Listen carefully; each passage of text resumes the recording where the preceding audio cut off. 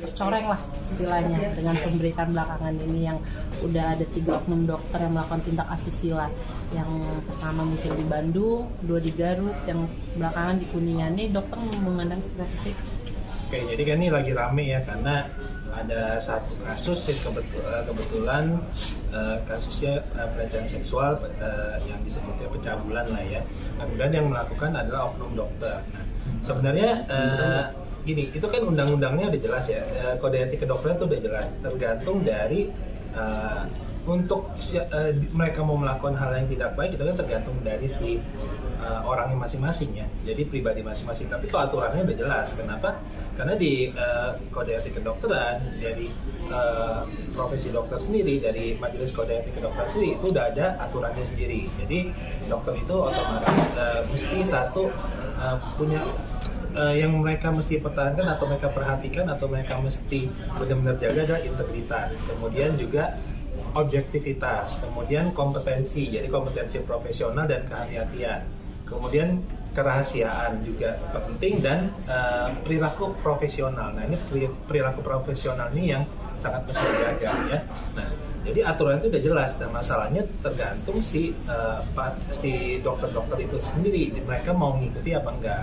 Nah, kalau untuk kasus-kasus seperti itu kan otomatis mencoreng nama baik dokter-dokter, nggak cuma pribadi tapi keseluruhan dokter, jadi ikut dibawa kemana-mana. Nah, dari satu kasus kemudian berkembang lagi kasus lain ada, jadi makin banyak dan akhirnya dari yang kasus lama pun ada beberapa yang sudah mulai berani melaporkan. Kalau dulu katanya nggak berani gitu kan. Nah, sebenarnya juga udah ada prosedurnya kalau mengalami hal seperti itu yang tidak mengenakan atau kasus pelecehan seksual, kasus-kasus seperti yang sudah terjadi itu bisa si korban itu bisa melaporkan ke KKI atau Majelis Kode Etik Kedokteran. Itu ada Majelis Disiplin Profesi namanya, MDF. Nah, bisa melaporkan ke situ, bisa secara offline dan nggak mesti dia sendiri, bisa maksudnya diwakili oleh keluarga juga bisa, cara ahli hukumnya bisa, atau siapa yang dipercaya juga bisa gitu ya. Nah, kemudian nanti akan dijaga tuh si korban itu juga akan dijaga keselamatannya, kerahasiaannya dijaga sama majelis disiplin profesi itu. Nah, kalau nggak mau offline bisa juga secara online. Itu kan ada kanalnya tuh, kki.go.id. Bisa lewat situ juga. Nanti juga itu akan disalurkan emailnya tuh ke MDF juga. Dan dari situ akan diproses tuh pasti. Nanti di investigasi, dicari bukti-bukti segala. Nah, pasti akan ada sanksi kalau misalnya emang benar-benar mereka melakukan hal-hal yang tidak terpuji. Etika profesi seorang dokter seperti apa sih ketika menemani atau melakukan kayak semacam ya tindakan-tindakan? Ini kemarin rame karena saya nggak tahu, ada di salah satu stasiun TV diwawancara ada yang narasumbernya bilang gini, tidak ada satupun dokter yang memeriksa pasien itu sendiri, mestinya ditemani, kata dia begitu kan. Nah, itu rame tuh di grup-grup dokter, semua tuh pada nanya, emang ada aturannya begitu ya? Karena ada dokter-dokter, misalnya dokter-dokter yang praktek pribadi, mereka nggak dari dulu, yang apalagi dokter-dokter yang udah senior ya, mereka dari dulu nggak ada perawat, kadang-kadang praktek di rumah itu mereka periksa sendiri. Bahkan kadang-kadang pasiennya yang minta kalau misalnya mereka mau konsultasi secara lebih private ya, secara punya privacy yang mereka jaga, jadi mereka nggak mau didengar siapapun. Itu kan haknya si pasien.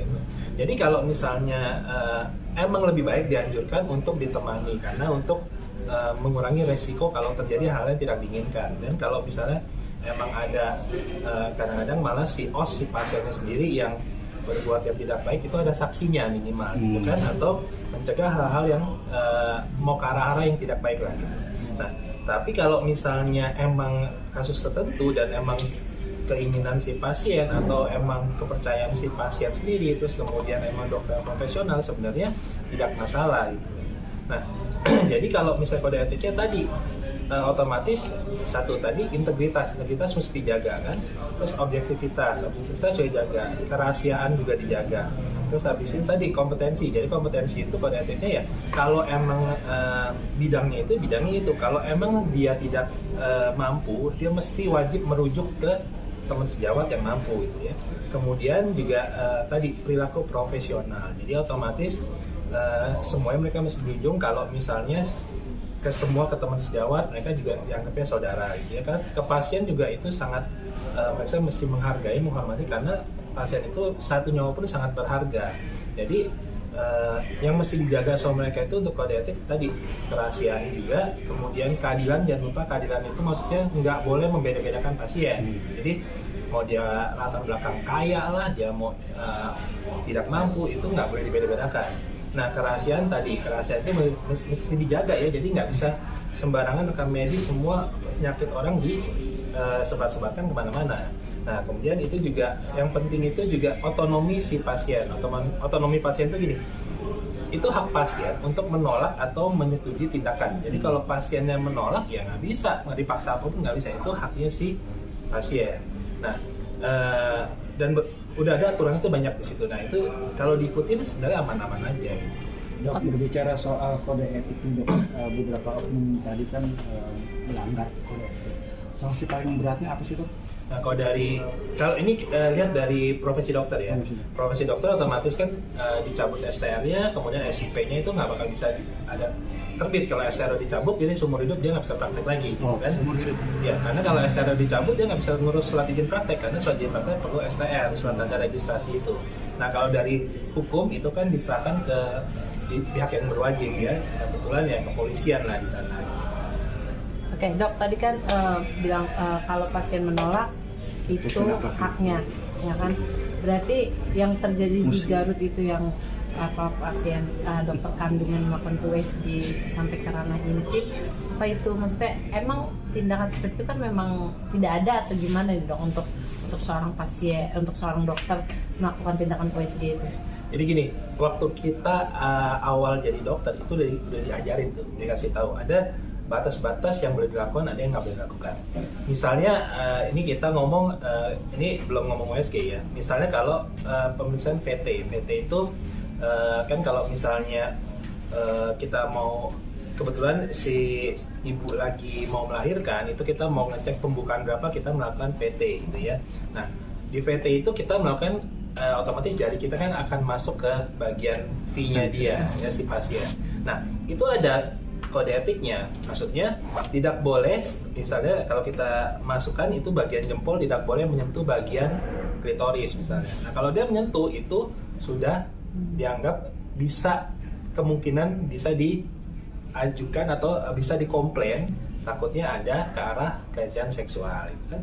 Nah jadi ada batas-batas ya. Nah kalau USG kita lihat USG-nya itu sebenarnya USG apa dulu.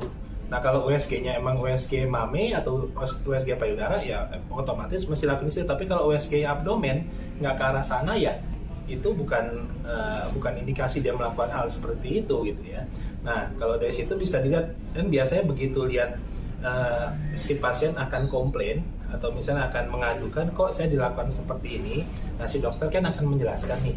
Nah itu nanti ada dari KKI yang investigasi, benar gak kamu melakukan itu, benar gak, dan sesuai prosedur gak? Ya kalau nggak sesuai prosedur pasti kena sanksi. Oke. Dok, karena adalah titik rusak susu sebelanga, karena oknum tertentu nama dokter cemar pastinya kan. Kalau buat dokter sendiri, sanksi yang paling baik itulah memang diputus izinnya segala macamnya atau seperti apa dok? Dari dokter dan kawan-kawan kan pasti sudah ngobrol ini baiknya seperti apa, kayak gimana ya? Jadi gini. Otomatis satu, kalau emang kan kita secara nggak bisa nih kita menjaga sikap setiap orang, perilaku setiap orang nggak bisa ya. Aturannya udah jelas gitu. Tapi orang tergantung orang sendiri. Kalau orang yang melanggar otomatis akan timbul masalah, dan itu oknum. Nah begitu oknum ini timbul, ternyata kok timbul lagi oknum lain. Nah otomatis kita mesti ya dari semua dokter-dokter juga mesti kita harus jelas menginvestigasi benar gak emang mereka salah atau tidak. Kalau emang salah ya juga si sanksinya mesti seberat-beratnya gitu, karena biar ada efek jerahnya. Kalau enggak nanti banyak yang lain akan melakukan hal-hal tersebut gitu kan. Nah sampai ada kata-kata kan dari beberapa yang bilang ini dari pihak KKI sendiri, saya dengar mereka bilang diadukan saja gitu, karena dokter itu juga bukan dewa, jadi ya bisa diinvestigasi, kalau salah ya mesti dihukum dan pasti diproses, tenang aja gitu. Dari KKI sudah bilang seperti itu. Oke, udah? Oke. Dok, mungkin ada kayak semacam tes psikolog atau psikiater juga nggak sih ketika seorang dokter ingin melakukan sebuah kayak praktek sendiri atau apalah buat konsultasi kepada pasiennya? Oh, maksudnya buat dokter ya? Ya. Buat dokter itu waktu kita mau masuk ke dokteran, otomatis kan ada tesnya dulu tuh. Tesnya dari berbagai macam ya. Iya. Nah, setelah itu begitu tes kita lolos, kita baru masuk ke kedokteran. Nah, di kedokteran sendiri itu ada mata kuliah itu kejiwaan. Jadi semuanya itu akan belajar di situ. Jadi kan sebelum dokter spesialis mereka akan sekolah dokter umum dulu. Jadi dari esket, kemudian dokter muda, dokter umum, baru spesialis. Nah, di situ juga di pas koasnya pun ada bagian psikiatri juga, bagian kejiwaan juga ada. Jadi di situ biasanya sudah dicek atau misalnya dianggap dokter itu sudah mengerti dan dia. Nah, yang jadi masalah gini, kadang-kadang masalah kejiwaan ini agak susah. Kenapa? Kadang-kadang orang itu nggak bisa jujur sebenarnya. Jadi kadang-kadang satu nggak bisa jujur, kedua dia nggak bisa mendiagnosa dirinya sendiri. Jadi kalau misalnya kemarin kita ngobrol juga di grup-grup dokter, kalau emang berasa ada sesuatu yang beda, nggak usah takut, jujur aja dan minta pertolongan.